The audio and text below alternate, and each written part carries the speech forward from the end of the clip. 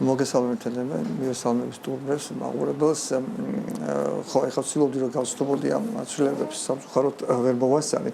ისე კი რაღაც ინფორმაცია არსებობდა. რაც შეეხება თქვენს კითხვას, რა ვიცი, აქამდე პრინციპში თავისუფლად დაცვლას გზნობდი თავს, მაგრამ ეს საკანონმდებლო ცვლილებები ბუნებრივია, რომელიც ესე თქვა ბიზნესს რაღაც გარკვეულ ჩარჩოებს უყენებს. ბუნებრივია ეს არ ვარ ეხლა მე სამართალს ვცოლდი, მაგრამ რამდენი ჯდება ეს ევროპულ სტანდარტებში.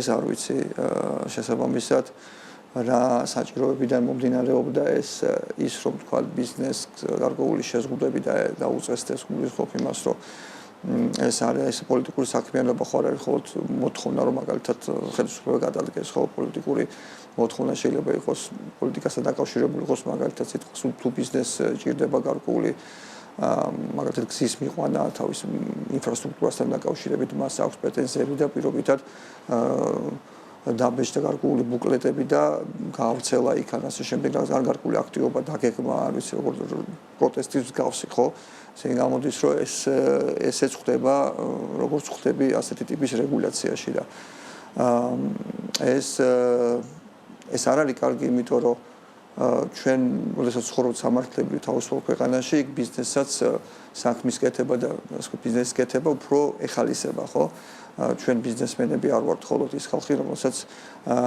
როგორ გითხრათ ყველაფერი აწყობილია და მარტო უნდა მივიდეთ დილას კომპიუტერი ჩავთოთ და მე წავიდეთ სახლში და ეს არის ჩვენი საქმიანობა ხო ძალიან რთულია ბიზნესის მართვა და წარმართვა მით უმეტეს ისეთ რეგიონში სადაც ჩვენ ვართ შესაბამისად ბიზნესის ხელშეწყობაზე დიდი ხანია ზოგადად ვლაპარაკობთ მაგრამ აი ასეთი ტიპის ცვლილებები ჩემთვის ცოტა გაუგებარია იმიტომ რომ მე ვერ ვხედავ ბიზნესის ნეგატიურ როლს ჩვენს ქვეყნის პოლიტიკაში არასდროს არ დამინახავს ეს გამოკვეთილი ნეგატიური როლი ხო მით უმეტეს არის უამრავი საშუალო ბიზნესი რომელსაც შეიძლება რაღაცა პრობლემები ჰქონდეს და აქამდეც ვერ საუბრობდნენ თავიანთ პრობლემებზე და თუ კი რაღაც ესეთი მსგავსი ასე ვთქვათ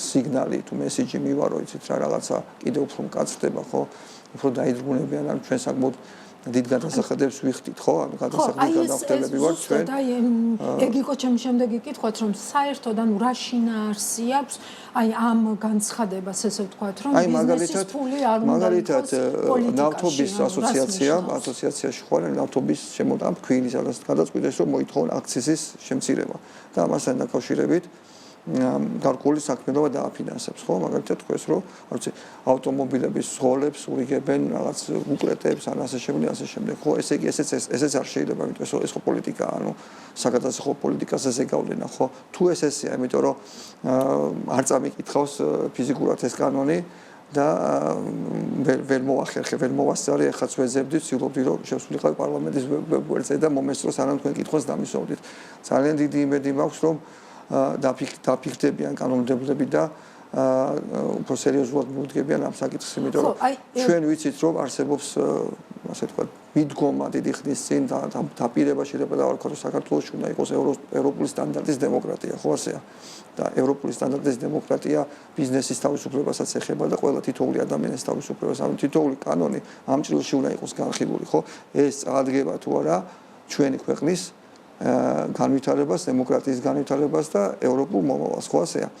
ჩვენ თუ უფრო მაღალი სტანდარტი უნდა გქონდეს, ჩვენ რაღაცები როგორც ხედავ არ მოგწოს ევროპაში რაღაც ისე არ მიდის, შეიძლება შვედეთში, შეიძლება სადღაც რაღაცა ისე ვერ ხდება როგორც მაგრამ ჩვენ ხო უფრო უკეთესი უნდა ვიყოთ, რომ კიდევ უფრო სწრაფად შეიძლება იქით მოვახდინოთ ჩვენმა ქვეყანამ დემოკრატიის სტანდარტებს ვწევთ, გავლენა ევროპის ისეთ ქვეყნებში, სადაც დემოკრატიის დაბალი სტანდარტია. ამიტომ დემოკრატია არის ერთადერთი დაცვა საქართველოს მომავლის. სხვა ჩვენ ასეთ რეგიონში სხვა ინსტრუმენტი თქვა სხვა საშუალება არ გვაქვს ამიტომ თითოეული ადამიანის ინტერესი ეს ბიზნესმენი იქნება მოსწავლე იქნება პენსიონერი იქნება თუ რა იქნება ის რომ იყოს უმაღლესი სტანდარტის დემოკრატია იმიტომ ასეთ შემთხვევაში თითოეული ადამიანი ვარ დაცული ну თამას ამ ხალხს გავაგრძელებთ თქვენთან თქვენ კითხვით რომ ვერ მოვასწარი ესე ვთქვათ ამ განმარტებითი ბარათის და ზოგადად ცვლილებების კანონპროექტის გაცნობაო მაგრამ მე თქვენ მოგასმენინეთ ვთქვათ პასუხები აი კონკრეტულად კონკრეტულ მაგალითებზე, ხო, რაც დაუსვეს არჩილ გორდულაძეს.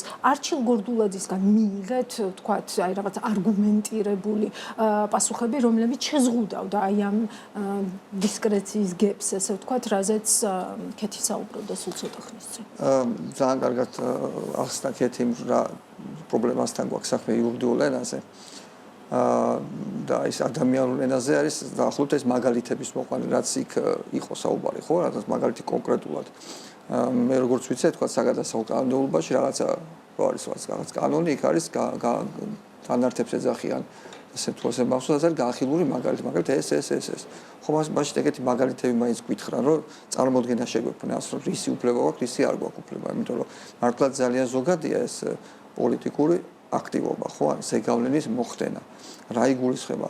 თქვა ზეგავლენის მოხდენაში ეს რომ ვიცოდეთ, რომ ამის შემდეგ ჩვენ ბრალულად შეგვეძლება მივცეთ შეფასება თითოეულ ადამიანს, არა მხოლოდ იურისტებს, არამედ თითოეულ ადამიანს შეგვეძლება ადვილად გავიგოთ და ან დავეთანხმოთ, ან არ დავეთანხმოთ. მე და თქვენ ის დროც გვახსოვს, როცა ესე ვთქვათ, მსჯელობდით იმასთან დაკავშირებით, რომ თუ ძალიან მნიშვნელოვანი ცვლილებები დგებოდა ბიზნესისთვის, რიათი უნდა ემსჯელა, ესე ვთქვათ, საქართველოს პარლამენტს და დონორები, ესე ვთქვათ, ძალიან ცდილობდნენ ამ რიას მექანიზმის დანერგვას პარლამენტში. ეხლა საერთოდ ისმის თქვენი ხმა, ანუ რაიმე შეხვედრა, საუბარი, არ ვიცი, რაღაც დამოკიდებულებების წინასწარი კვლევა, რჩევა, რაიმე გკითხეს საერთოდ თუ თქვენთვისაც სიურპრიზი იყო ის რაც ის გამკაცრებები და ცვლილებები, რომლებიც ახლა უკვე მეწარმის სუბიექტებსაც შოუცვლება ხდება ახლა,